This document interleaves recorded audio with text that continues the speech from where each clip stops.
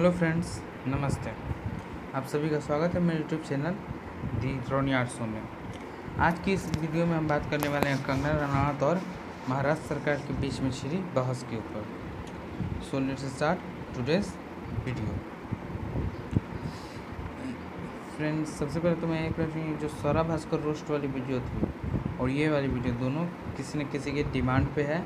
सो अगर आपको भी किसी टॉपिक पे वीडियो चाहिए तो आप कमेंट करके बता सकते हो। मैं उस टॉपिक पे वीडियो लाने की जरूर कोशिश करूँगा।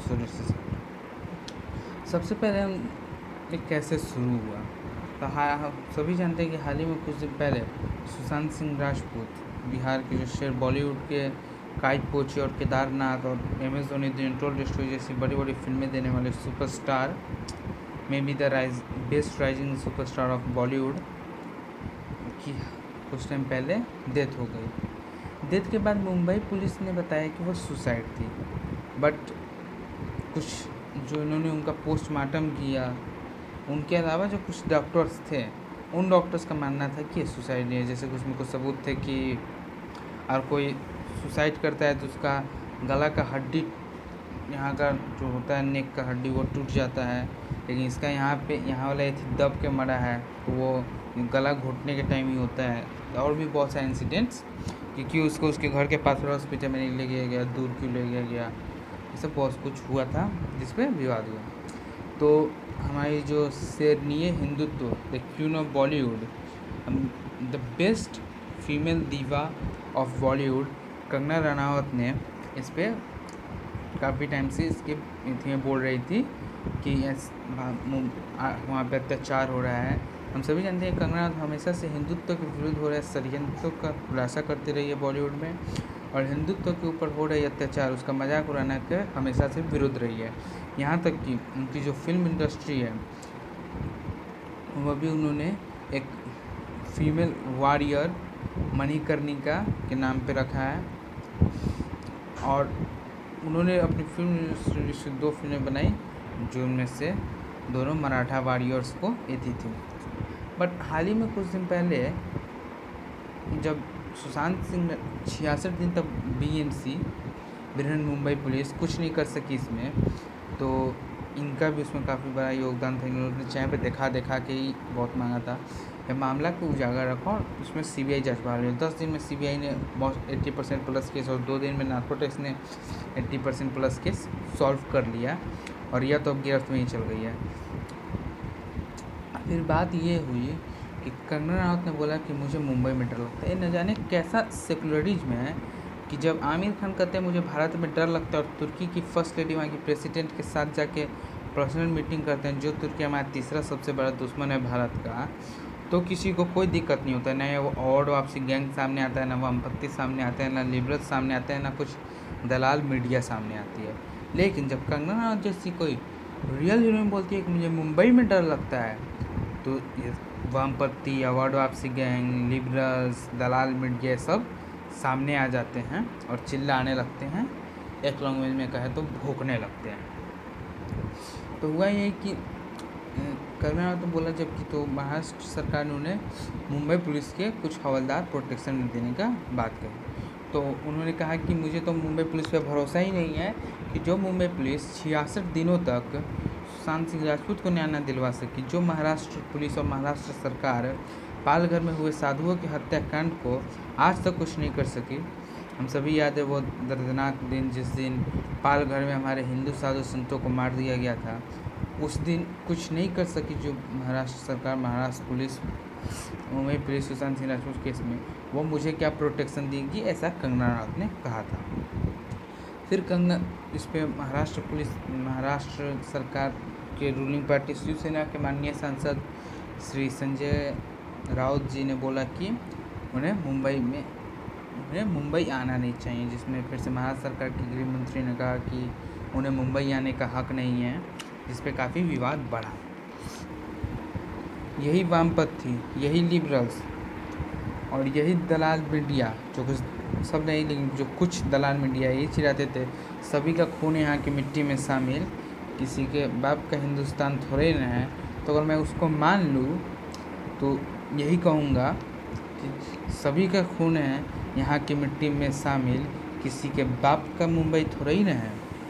और ये भी कहना चाहूँगा कि पहली बात तो ये कि चलो मान लिया तुम्हारे बाप के हिंदुस्तान है, अपनी वंशशिला निकाल के देखोगे तो तुम्हारे बाप भी हमें निकलेंगे। तो इस पर काफ़ी विवाद हुआ, जिसमें अपनी एक क्लिप देखिएगा कंगना रनावत की। और संजय जी, मैं 9 सितंबर को आ रही हूँ। आपके लोग कह रहे हैं कि आप लोग मेरा जबड़ा तोड़ देंगे, आप लोग मुझे मार डालेंगे। हाँ, तो जैसा कि आपने इस क्लिप में देखा, वो बता रही हैं कि किस तरह की महाराष्ट्र सरकार ने अपनी पार्टी के फीमेल लेडी से उन्हें गालियाँ दिलवाई हैं, धमकियाँ दिलवाई हैं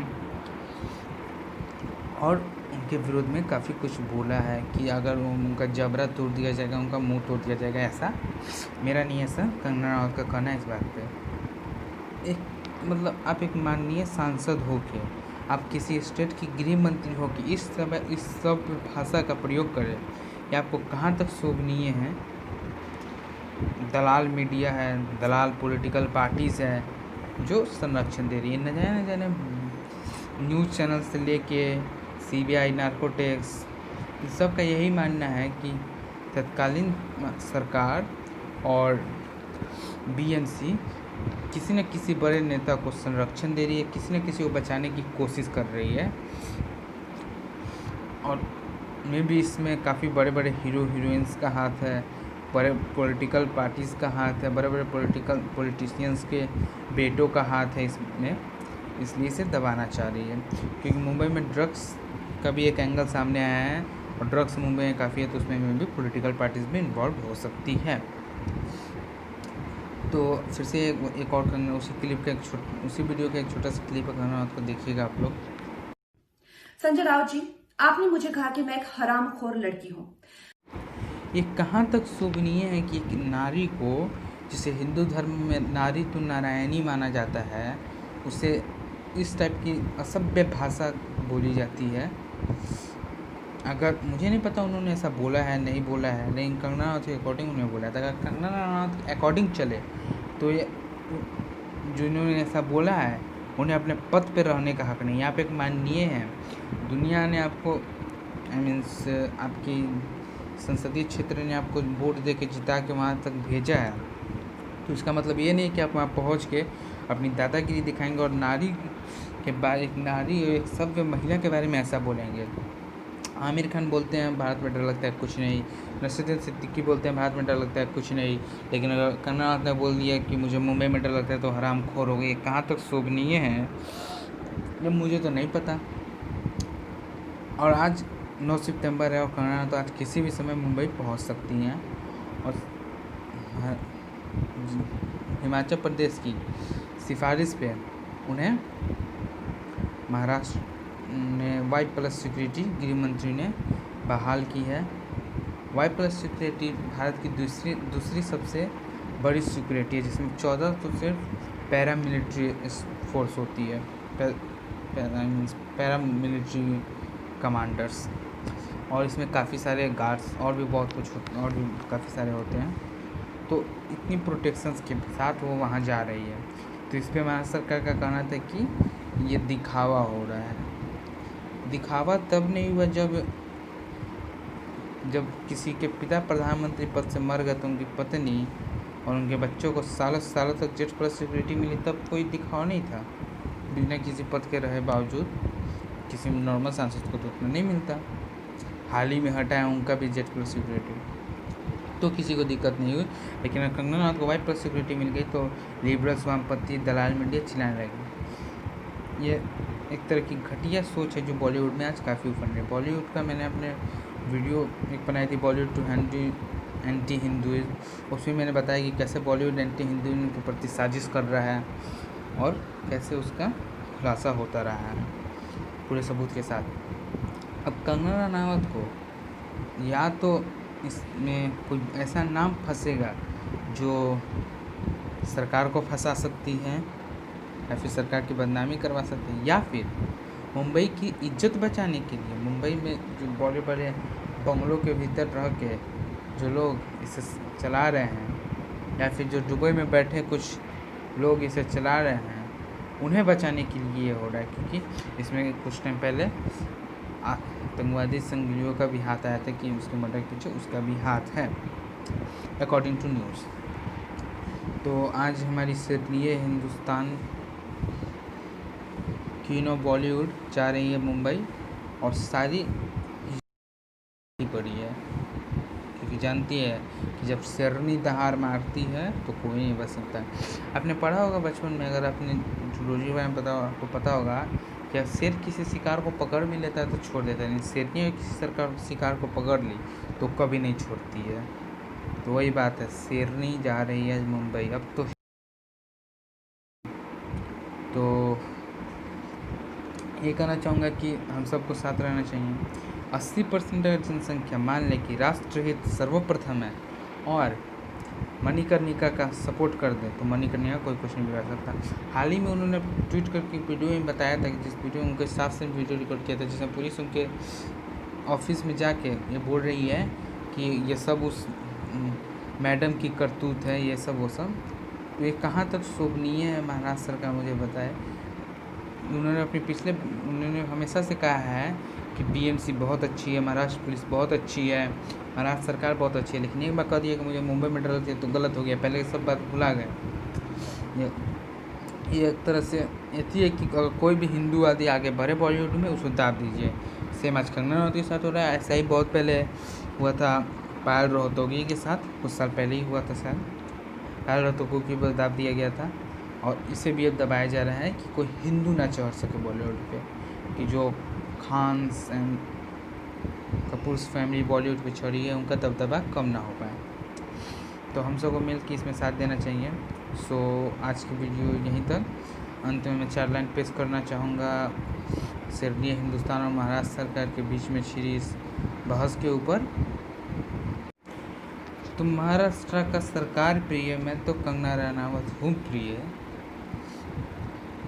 तुम मुंबई पुलिस की 66 दिन की कार्रवाई प्रिय, मैं तो नार्कोटिक्स की 2 दिन की इंक्वायरी हूँ प्रिय। और अंत की 2 लाइन कुछ इस तरह है कि तुम दलाल मीडिया की न्यूज़ चैनल प्रिय, मैं तो अर्नब का सवाल हूँ प्रिय। तुम लाश संरक्षण दे दो किसी को, मैं तो केंद्र में बैठी सरकार प्रिय। जानता हूँ ये आरजे रौनक की कॉपी थी, पर लाइन्स मैंने ट्रूली खुद लिखी थी। अगर अच्छी लगी तो प्लीज़ लाइक कीजिएगा और प्लीज़ प्लीज़ प्लीज़ इसे शेयर कीजिएगा और कमेंट करके बताइएगा वीडियो कैसी लगी। किसी टॉपिक पर वीडियो चाहिए तो भी आप कमेंट करके बता सकते हो। और सो आज की वीडियो यहीं तक। लास्ट में यही कहना चाहूँगा कि लास्ट वाले व्यूज़ पे कम है, तो इस वाले प्लीज़ शेयर करके व्यू दिलवाइए। आप लोग सपोर्ट चाहिए। जय श्री राम, जय श्री कृष्ण, हर हर महादेव, भारत माता की जय।